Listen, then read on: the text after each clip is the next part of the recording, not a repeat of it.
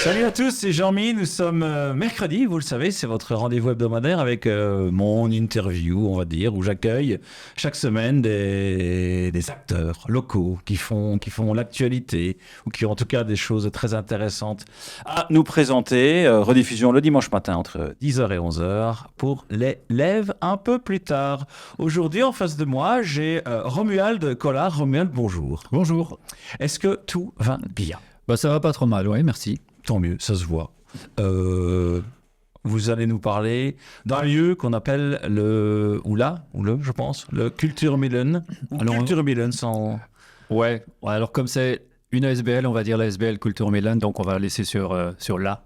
On va le féminiser. Oui, très bien. Vous savez qu'ASBL est un belgicisme, je laisse ça en passant, parce que là, on exporte le belgicisme, parce que vous êtes sur la commune de Beckrich. Alors, on commence par vous, peut-être, vous brosser brièvement ou pas, on verra votre parcours. Vous êtes maintenant coordinateur culturel pour Kulturmillen, mais avant, vous avez fait quoi ? Alors, avant, je vais essayer de faire bref et je vais reprendre la ligne du temps. Après mes études, j'ai fait encore mon service militaire. J'étais dans les derniers à faire le service militaire obligatoire. Et puis, j'ai travaillé pendant plus de 12 ans dans des sociétés d'investissement à Luxembourg. Donc, rien à voir ni avec la musique, ni avec la culture, ni quoi que ce soit. Et puis, après ça, j'ai été engagé à la Rocale comme producteur de concerts. Donc, changement de vie. Changement complet, à 360 degrés, vraiment. Et j'ai fait ça pendant 3 ans avant de... Donc, je ne sais pas combien de concerts j'ai organisé, mais quand même un paquet. Et puis, j'ai travaillé 3 ans dans une société événementielle qui s'appelle Eventsmania. Et puis, quasiment 6 ans après ça, à la Culture Fabrique de Esch, donc là aussi comme programmateur musique. Beaucoup de musique alors dans votre vie. Beaucoup de musique, ouais, beaucoup de culture. Et puis voilà, ça fait 5 ans maintenant que je suis à Beckrich, au moulin de Beckrich. Alors on va peut-être séparer le nom pour déjà expliquer à nos auditeurs. Il y a culture et il y a Millen. On est sur un site d'un ancien moulin, je pense. C'est ça. Alors c'est ça qui est rigolo parce qu'on dit l'ASBL, la Millen, mais on dit le moulin. Donc voilà. Ouais. Subtilité luxo belge. Et donc voilà, ouais, c'est en fait un ancien moulin qui est là depuis très très très longtemps parce que la première trace qu'on a retrouvée date de 1328 en fait. Quand à ce moment-là, Jean l'Aveugle donne le moulin à l'abbaye de Clairefontaine. Mais c'est pour dire, donc le moulin est déjà là en 1328.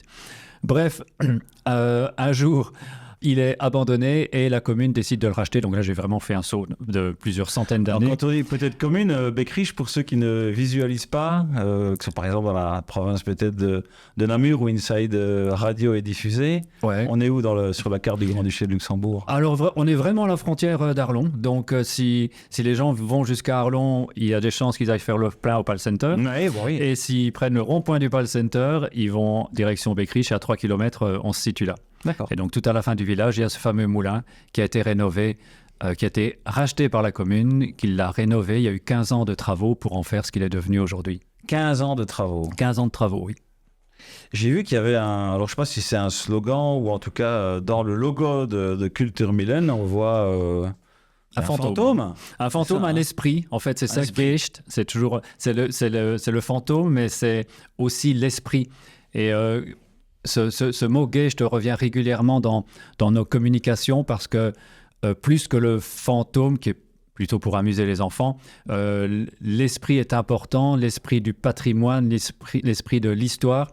Ça, c'est important de la commune. C'est une des 2 missions sur lesquelles on travaille, qui sont d'un côté l'animation culturelle, de l'autre la sauvegarde du patrimoine. Et donc le slogan c'est, j'espère que je prononce bien, vous allez me corriger, Am Geist von der Zeit. C'est pas mal, voilà. C'est dans l'esprit du temps en fait. Il faut le traduire comme ça, dans l'esprit du temps. Ouais. Et donc j'ai lu en préparant cette interview, c'est sur la page de votre site internet, c'était une vision de l'ancien bourgmestre Camille Gira. L'ASBL Kulturmillen installée dans l'ancien moulin rénové de Beckrich a une double mission. développer le potentiel culturel et touristique par le biais d'activités diverses, à savoir des conférences, des expositions, des ateliers, des concerts, et sensibiliser la population locale, régionale et extérieure au développement durable, noble cause, et à la sauvegarde du patrimoine, autre noble cause, notamment par l'organisation de visites guidées. C'est un très beau programme, Romuald. Vous devez vous épanouir, je pense, dans cette fonction. Oui, d'autant plus qu'on a quand même quartier libre avec ma collègue Sarita. Qu'on salue. Qu'on salue, voilà. On a quand même quartier libre, c'est-à-dire qu'on peut vraiment, je vais dire s'amuser, c'est un grand mot, mais on peut, on peut s'amuser, on peut organiser un peu ce qu'on veut, en gardant toujours en tête cet esprit soit culturel, soit en tout cas développement durable, ou en tout cas sauvegarde du patrimoine et histoire, parce que tout ça est lié au lieu et on ne peut pas en dissocier. Maintenant, Romuald, qu'est-ce qu'on y fait dans ce moulin qu'on appelle Culture Millen? Ouais. En fait, on essaye surtout que ça l'a toujours été, de par l'histoire, ça a toujours été un lieu de rencontre, le moulin. Il y a très longtemps, parce que les gens venaient au moulin pour faire moudre leurs grains et ce genre de choses. Oui, son histoire est liée au partage. Et aujourd'hui, c'est toujours quelque chose qui reste, ça doit être un lieu de rencontre. Alors comment est-ce qu'on en fait un lieu de rencontre? En organisant toute une série de choses pour les gens de Beckerich, de la commune de Beckerich, mais aussi pour les alentours. Donc, c'est pour ça qu'on a des ateliers, on a des cours, on a des visites guidées, on a des conférences, on a des stages, on a toute une série de choses, un peu dans tous les styles et sous tous les formats. Oui, je vois qu'il y a la 1000 galeries. Ça, c'est quoi ça? Un espace pour les... Alors, c'est une galerie d'exposition. C'est une petite galerie d'exposition. Donc, on a une personne qui est Françoise Bande qui s'occupe et qui gère cet espace et qui donc, tous les quelques mois, organise des expositions. Voilà. Avec un vernissage. Avec un vernissage, avec ceux qui courent sur plusieurs semaines, avec des gens qui peuvent venir visiter, soit sur rendez-vous en semaine, soit le week-end, parce que c'est ouvert et notre collègue est là. Donc voilà. On a un lieu culturel devant nous qui est situé dans une zone transfrontalière. Les visiteurs, les nationalités des visiteurs au Culture Millen, alors, c'est relativement simple parce que c'est avant tout et en grande partie des gens, je vais dire de la grande région, donc d'abord des gens de Beckerich qui ont toujours connu l'endroit, donc qui viennent régulièrement, et on fait aussi souvent des choses vraiment spécifiques pour eux. Je pourrais détailler après si tu veux, mais sinon on peut élargir un peu le spectre et aller dans les communes jusqu'à Rédange ou les autres communes. On a parfois des gens qui viennent d'assez loin, et alors Arlon forcément, puisqu'on est quand même qu'à 10-12 minutes d'Arlon, donc on a régulièrement lors des conférences en français des gens d'Arlon ou de la région qui viennent chez nous. Donc c'est les gens qui viennent exposer et où faire les conférences sont de la région, ou c'est aussi Non, là, je parlais surtout du public. Du public, oui, ok. Ouais. Les gens qui exposent, ça, ils viennent d'un peu partout, mais ça reste quand même ancré, on va dire, plus ou moins local. Oui, on en parlait avec certains de vos prédécesseurs ici à ce micro, quand on touche les lieux culturels, évidemment, moi c'est un sujet qui me parle beaucoup, mais ce qui me parle aussi beaucoup, c'est l'éducation, c'est l'enfance. Comment vous faites pour attirer les enfants? Il y a des spectacles spécifiques alors évidemment, les enfants, c'est un... Il y a des partenariats avec les écoles, par exemple, ou pas trop? Pas trop, parce que si ça l'est, alors c'est plutôt pour des visites guidées, et donc vraiment apprendre quelque chose. Mais au niveau culturel, forcément pour les enfants, on fait des spectacles de magie, par exemple. Ça marche toujours. Ça marche toujours. Rendez-nous Garcimore. Voilà, ça marche toujours, les spectacles de magie. Après, on essaye aussi de les amener par d'autres biais, parfois un petit peu indirect, comme on a déjà fait des ateliers, par exemple, développement durable. Mais alors, dit comme ça, pour un gosse, ça paraît chiant. Mais en fait, si tu proposes de fabriquer des bombes de graines, par exemple, ça, là, tout de suite, ça les intéresse. Parce qu'il faut jouer avec la boue, il faut mettre des graines, et puis après, il faut aller les balancer dans le champ à côté. Ça va servir dans quelques mois, en plus. Voilà. Mais à côté de ça, et avant de faire ça, on leur montre un petit film sur le développement durable, on leur explique ce que c'est et pourquoi c'est important de réfléchir à ça. Comment vous arrivez à les avoir? C'est via les parents qui viennent à des expositions et qui se disent où il y a une communication spécifique? Non, il y a une communication spécifique au niveau de Beckrich, qui est la Zobelmok, qui est en fait le magazine gratuit mensuel de la commune, où tous les gens de la commune le reçoivent. Et donc, là-dedans, on a toutes nos activités qui sont listées. Donc, c'est généralement comme ça, parce qu'en plus, commune écolo, donc on essaie d'éviter tout ce qui est affiches, flyers, distribution qui se retrouvent après par terre. Donc, on travaille surtout au niveau réseaux sociaux. Oui. Sur le site, on a toute une série d'endroits pour afficher, et puis via ce magazine mensuel. Mais donc, ce sont des spectacles qui sont donnés en quelle langue? Ça dépend, ou on peut tout faire, et on fait régulièrement des choses dans les deux langues. Par exemple, là, on va avoir bientôt pour les journées de patrimoine une balade sur le thème de la contrebande. On le fait dans les deux langues, c'est-à-dire qu'un groupe va partir avec moi à 16h, un groupe va partir avec Sarita à 16h10. Je le fais en français, le fais en luxembourgeois, on se retrouve à un point commun, et puis voilà. Okay. Mais on fait ça assez régulièrement et ça fonctionne bien comme ça.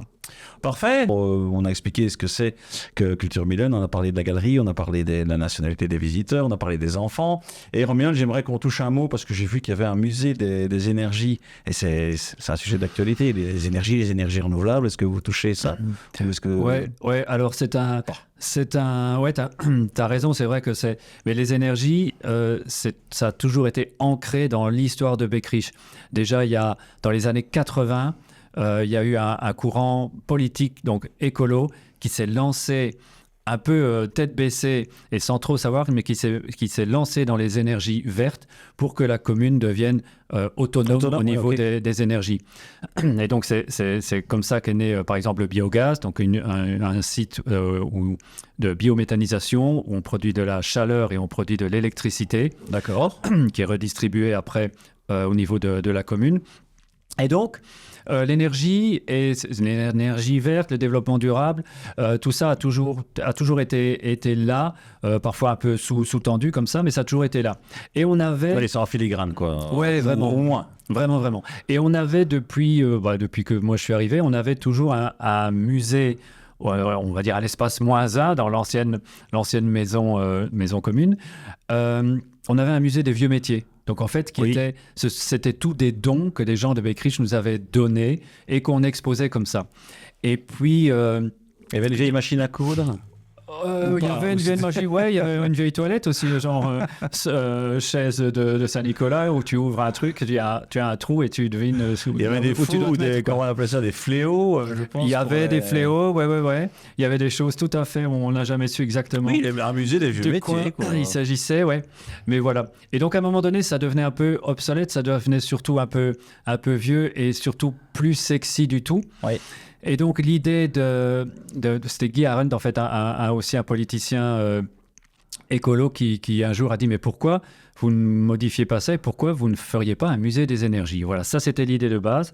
Après, ça a été de longues années de réflexion pour finalement trouver un architecte avec qui travailler et se dire « Ok, on fait un musée sur le thème des énergies. » Et donc, qu'est-ce qu'on y trouve dans ce musée? Alors, qu'est-ce qu'on y trouve? On y trouve toute l'histoire des énergies à Beckrich, où le moulin est toujours présent, comme un peu un symbole finalement de tout ce qui se passe. Ouais, il est là. Alors, il est en fonctionnement, il y a encore moyen. Alors, c'est un peu... Il y a une roue à aube. C'est un peu comique. Et non. Ça pourrait être une... Il y a une roue à aube, bien sûr. Ah oui, il y a une roue à aube. Il y a une roue à aube, qui n'est pas la rue d'origine, mais que les... Alors, il faut que j'explique aussi qui sont les Millepatteren. C'est les Millepatteren qui ont fait la roue. Les Millepatteren, ce sont des bénévoles qui viennent tous les mercredis et qui ont remis en ordre de marche la scierie, parce qu'il y a une scierie sur le moulin. D'accord. Ils ont tout remis, les machines toutes remises en marche, et ils s'amusent avec le bois. Ils font des bancs, ils font des trucs, ils font des toits de chapelle, des trucs comme ça. Ils sont bénévoles. Et donc, pourquoi je parlais d'eux? Pour la roue à aube. Peut-être qu'ils ont touché la roue à aube. Voilà, c'est eux qui ont fait la roue. Et donc, ce n'est plus la roue qui fait tourner les meules, mais il y a toujours moyen de faire tourner les meules. On le fait très, très, très rarement parce que moi, je suis au bureau au-dessus et si on fait tourner les meules sans me le dire, je pense que tout tremble et je dois bouger mon café avant parce que c'est un truc de fou.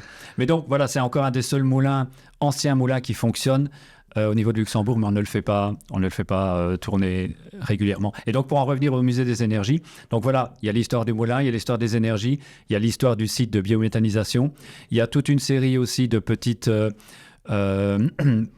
accessoires sur comment c'était avant et comment c'est maintenant. Par exemple, il y a un vieux fer à repasser avec à côté un nouveau fer à repasser pour l'énergie, par exemple pour repasser, tout ce genre de choses. Il y a toutes des petites télévisions et des spots uniquement pour les enfants, donc pour des histoires de jeux, des trucs un peu interactifs. Et voilà. Et donc, il y a aussi, c'est assez rigolo pour un musée, c'est un musée qu'on peut visiter de manière individuelle, gratuitement, en scannant. C'est gratuit, d'accord. Ouais. Ouais, on scanne un QR code qui est sur la route, qui est sur la porte. À côté de la route. À côté de la route, ouais. On scanne ce QR code, on reçoit un code et on rentre dans le musée. Ah oui, vous voulez dire sans qu'il y ait personne. Sans qu'il y ait personne. Maintenant, on peut aussi organiser une visite guidée payante à ce moment-là pour un groupe. Mais les deux solutions sont possibles. Ah, magnifique. Je vois qu'il y a des ateliers et des cours. On a déjà touché l'enfance, mais en gros, il y a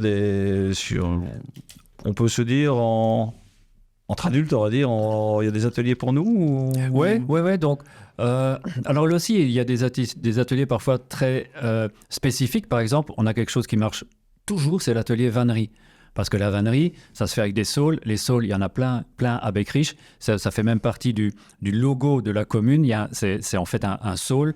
Donc, Beckrich, ils ont toujours travaillé le saule, déjà dans les années 50, et on le fait toujours aujourd'hui. Donc, on a une dame qui vient et qui fait des ateliers de vannerie. Il y a cette notion de circuit court en plus. Hein. Ouais. Et puis, à côté de ça, on a les cours, on va dire, classiques qui sont là d'année en année. Donc, on a la calligraphie qui marche très bien. On a la photo, on a la peinture, on a la couture. On a le djembé, on a la danse africaine et c'est tout pour les cours. Après, on a d'autres ateliers. Comme on est dans un endroit quand même où on se sent bien, où tout le monde dit toujours qu'il y a des très bonnes ondes, on a toute une série d'ateliers bien-être aussi, notamment ateliers de réflexologie plantaire, ce genre de choses. Ateliers bien-être régulièrement aussi. Et voilà. On doit se sentir bien dans un endroit où il y a un musée des énergies. Il doit effectivement y avoir des très bonnes ondes. S'il y avait une anecdote sur en ce moment, vous avez dit 5-6 ans chez Culture Melon, ou avant. Ouais, non, je me souviens bien d'une fois. Alors, ça va peut-être faire rire que moi, hein, mais tant pis. Mais le site est assez particulier parce qu'il y a 2 parkings sur le site. Un à l'entrée du moulin et un qui est situé par derrière, tout à la fin. Et donc, on a régulièrement des problèmes que les gens arrivent et ne savent pas sur quel parking se mettre. Ouais. Et ça m'est arrivé plusieurs fois que j'ai un groupe qui arrive en bus de France, de Metz ou de Nancy pour une visite guidée. Et ils me disent, c'est bon, on est garé sur le parking. Et j'ai dit, lequel? Alors, ils ne savent pas. Donc, je vais les attendre sur un parking. Ils ne sont pas là. Je me dis, OK, s'ils ne sont pas là, ils sont à l'autre. Le temps que je fasse le tour du moulin, voilà, ils font le tour. Et là, je me dis, mais ils ne sont pas là non plus. Alors, je rappelle, et puis je leur demande, mais vous êtes où? Mais on est sur le parking. Et j'ai tourné comme ça pendant... Je me suis dit, à un moment donné, il faut que ça s'arrête. Mais voilà, ça, c'est le genre de petites choses qui arrivent parfois logistiques et qui peuvent être drôles si je ne tourne pas pendant 3 heures. Ouais, c'est ça. Et s'il y avait autre chose, un moment de vie, une émotion qui était générée par... Ça peut être en fait les enfants qui les transmettent. Il y a eu des soirées qu'on a fait qui étaient vraiment, vraiment chouettes. Parce que vous parlez d'énergie et tout ça. Donc, Ouais, mais ça n'a rien à voir. C'était... on a travaillé avec des anciens films, des amis de l'histoire. Et donc, on a fait des soirées cinéma où on passait des anciens films que les gens de Beckrich avaient filmés sur le maréchal Ferrand, sur... en lien avec le vieux métier, voilà, en plus, c'est ça. Sur le site. Et là, ces soirées-là, alors on parlait pas de RGPD, machin truc, donc sur le film, tu vois tout le monde, tous les gens qui fument, qui boivent, qui font la fête, qui sont bourrés, mais les gens adoraient, et les gens de Beckrich sont venus, surtout les anciens, et c'était rigolo quand on passait le film de voir, et puis dans un c'est le machin là quand il était jeune et tout, la tête qu'il avait, ce genre de choses quoi. Ça, c'est des soirées vraiment super agréables où on passe du bon temps en sortant un peu du concept, tu vois, Il faut faire attention aux propriétés, la tête des gens et tout ça, RGPD et tous ces trucs-là. Regarde, pas de filtre et pas de... Non. On se jette dans le sujet. Ouais, c'est un peu à l'ancienne et ça ne dérange personne, en fait, au contraire. Ouais, voilà. Les émotions passent, en tout cas, aujourd'hui, dans ce studio. Là, on est vraiment à la fin. Il va falloir que je vous pose la question fatidique qui va peut-être changer votre vie. Mais en fait, peut-être pas. Le choix musical est tout facile ou il est un peu difficile? La chanson de sortie, parce que là, alors la chanson de sortie, donner un cadeau aux auditeurs. Ouais, on a parlé à un moment donné de Oasis et je me suis dit, ok, ils se reforment. Ça reste un groupe, alors que j'ai pas tout suivi, mais leurs 2 premiers albums sont, je pense, dans le top de ce qui s'est fait à l'époque. Ouais. Et il y a cette chanson qui s'appelle Live Forever qui m'a toujours marqué. Et moi, j'ai toujours adoré John Lennon. Et je me souviens d'une vidéo live d'Oasis où, à la fin de Live Forever, il passe sur leur écran géant une photo en très très grand de John Lennon. Et il y a Liam Gallagher qui se met à genoux et qui fait le salut, comme s'il salue comme ça John Lennon. Ça m'a toujours marqué. Cette chanson, pour moi, c'est... Au niveau pop, c'est dans sûrement les disques qu'on a fait de meilleurs. Allez, c'est pas moi qui vais vous contredire. Tous ceux qui me connaissent seront en train de se dire « Ah là, ça y est ». Mais donc, un grand merci pour cette interview. Un grand merci pour ce choix musical. On vous passe donc Live Forever d'Oasis. Puis on se retrouve la semaine prochaine. Et d'ici là, quoi que vous fassiez, faites-le bien. Ciao.